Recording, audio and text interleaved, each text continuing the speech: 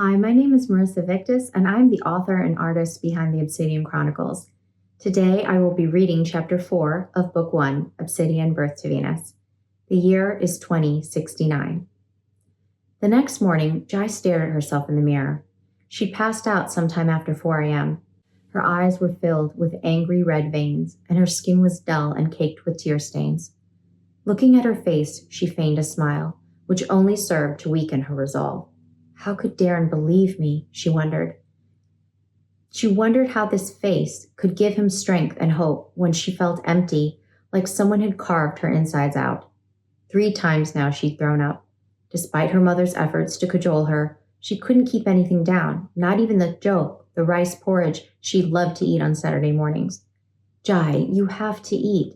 Now that your brother's napping, we have a few more hours. That doesn't give us much time to ready ourselves. Why don't you take a nice, hot bath? Mom implored. Jai soaked in the tub. It normally rejuvenated her. Now it made her sink like the heavy stone her body had become. She tried to remind herself, many, many children survive this. She said it over and over again, but still, the mortality rate screamed at her. She plunged her ears under the water, hoping to silence the fear escalating inside.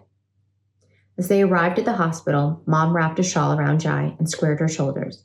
Remember, Jai, strength for your brother. Jai nodded and strained to walk, 1 foot in front of the other. The hospital reeked of disinfectant. It reminded her of disease, not cleanliness. They opened the door to his room. Nothing could have prepared her for what she saw. Her brother, already small for his age, was a doll, hidden in a cluster of blankets. The bed looked oversized around his tiny body, so thin and frail-looking. Tubes tied him down, held him there against the beep, beep, beep of the monitors. Dad turned to look at them. Jai, he whispered. He wrapped her in his arms, hugging and holding her close against his chest. He smiled down at her. Come, be with your brother. She could see the pain in Dad's eyes, feel the hurt he felt at not having been there when Mom had given Jai the news. But now was not the time for airing apologies or I wishes. He leaned down, taking Jai's hand, guiding it to Darren's. Darren's round eyes slowly blinked open. Jai? His face, normally full with a fat, chubby smile, was sunken, but no less beautiful. A few thin strands and a downy tuft of golden brown hair rested in bits and pieces on his predominantly bald head. Yes, it's me, Darren. It's Jai. I'm home, here with you. She swallowed hard against the lump in her throat and forced a smile. Jai, Darren's voice strained to whisper. Where's my sweet? He asked immediately, the same as always. His little hand fell open. Ta-da, she said softly, and handed him a bracelet with a tiny bell attached to it. No way you can hide from me now. He laughed as she placed it in his hand, closing his fingers around it. The bell rang a soft, delicate chime. I love it. Thank you. He beamed at her, a cough escaping from his lips. Are you chilly, love? Mom swooped in with another blanket. He smiled and laughed at her. Mom, I'll need a sign pretty soon. You can barely find me hidden under all these blankets. From then on, they passed the days in chapters. Normally a rambunctious child, Darren was far from home, forced to lay in a stark room with only 1 window to let in the light. It was not like him to be trapped in bed most of the time. Even when he was sick in the past, he'd whine his way out. Bed was only for sleep or to curl up and read with Jai. In the hospital, books were his only escape. Jai read him 3 chapters a day, then 2, then 1, until only a few pages in and he'd fall asleep. The time between bouts of nausea and vomiting were fewer and farther between. Soon, the book became an hourglass. The fewer pages turned, the less time they had to spend with each other, the less time Darren had left. Closing the door behind her, Jai followed her parents out of the room. Anxiously, she whispered, What do the doctors say? It's been months since his admission. He's no better. Aren't the treatments working? Mom walked her down the hall before answering. They are, Jai. Problem is, when chemo kills cancer cells, it can affect normal cells too. They're trying to keep it in check to keep the cancer from spreading and slow its growth, but your brother's body is weaker now. Months later, Jai had to force herself to take a deep breath before walking into his room.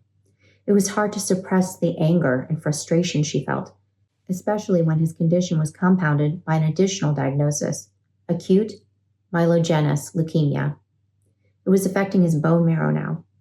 Vast numbers of abnormal white blood cells, myeloid blasts, were developing into leukemia rather than normal white blood cells. The doctors moved him to a specialized pediatric cancer center, but they were wary of overstating what they could do. Back at home, Dad talked to her over breakfast. "Jai, I know it's hard," he said, "and I appreciate your strength." He smiled at her, his blonde hair unkept, his once sparkling eyes a pale blue. "Your mom's having a hard time." He motioned his head upward toward Mom, who'd fallen asleep upstairs. "I stayed with Darren last night, so she could be with him tonight, but she never showed up, until finally I came home at 3 a.m. and found her asleep. I didn't wake her. She's up all the time now, trying to find a research article, something, anything to save him." Jai wasn't surprised, and she didn't let Dad off the hook. "You are too, Dad. What's it been now, the third night in a row that you've come back long after midnight? Only reason why I'm not doing the same is your 11 p.m. blackout period."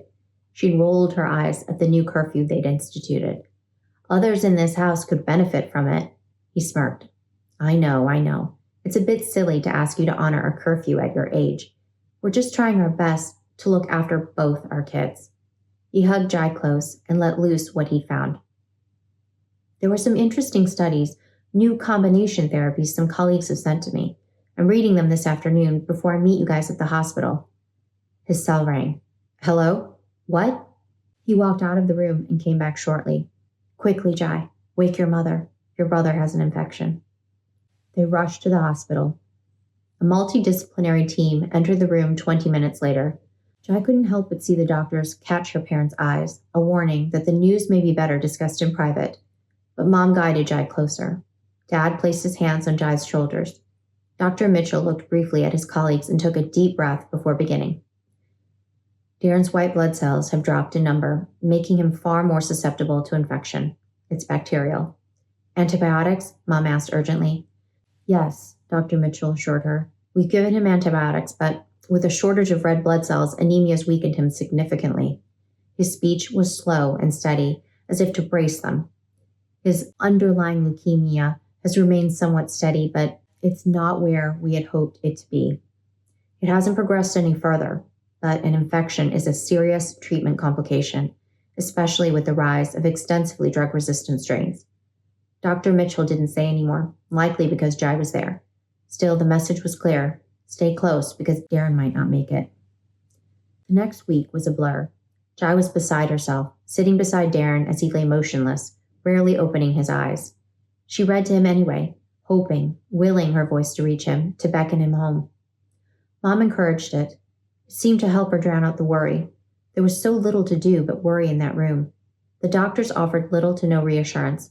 In fact, they had the unenviable task of delivering bad news after more bad news. First, the infection was not responding well to the cocktail of antibiotics they had given him. Then, tests showed the infection had spread to his lungs. Dad, who was normally so outgoing and cheerful, seemed to retreat into himself. Mom was abnormally quiet. The worry had drained them both. They huddled, disappearing into the corner, while Jai sat beside the bed. She didn't know what else to do, other than read to Darren. It was the only thing she was capable of doing, filling the room with some sound to drown out the blaring silence. Eventually, Mom and Dad forced Jai to go home, to eat a proper meal and rest in her own bed. She pleaded to stay, but she knew better than to burden them with protests. Like wet tissue, her parents were fading, barely themselves. She couldn't bear to see them like that. She'd never seen anything deter or sway them. They were her support, her pillars. Now they were shrinking before her eyes. After a few hours of fretful sleep, she walked down the stairs, surprised to find them sitting at the kitchen table. Immediately, she knew. One of them always stayed with Darren. Now, they were both at home with her. Darren had had a sudden and severe cardiac arrhythmia. They'd been rushed out of the room before they could even kiss him goodbye. The funeral was a foreign affair, not because they had decided to hold the ceremony in Chiang Mai, but because of the strange, stoic expressions Jai and her parents wore. Weeping, exasperated cries, and buckled knees were kept private for the three of them, and every attempt was made to remain calm for the friends and family who'd flown in for the ceremony. It was a beautiful wake, with abundant flowers and all of Darren's favorite dishes and desserts. They'd even taken turns reading a line from his favorite poem before they closed the public ceremony and walked into a private space. Jai walked to the casket and saw his angelic face peering back at her. The mortuary had done a good job with the makeup. He looked serene, nestled against a satin pillow. But it was unlike him to be so still. Stillness was for hospitals, not the Darren that Jai remembered, not the Darren she wanted to remember. Tears welled up in her eyes. Her nose prickled. No, not now, she thought. She knew, if I start now, I'll never stop crying. She admired the last sweet she'd given him, still on his wrist, the bracelet. The bell chimed as she caressed his small, delicate hand. And that concludes Chapter 4 of Obsidian Birth to Venus. If you liked it, please like and subscribe to my YouTube channel, and also sign up to receive my free newsletter, Marisa Victus, Mindset and Meditation, Synergy of Science and Self, at marisavictus.substack.com. Until next time, when we read Chapter 5, I hope you'll join us then. Have a wonderful day.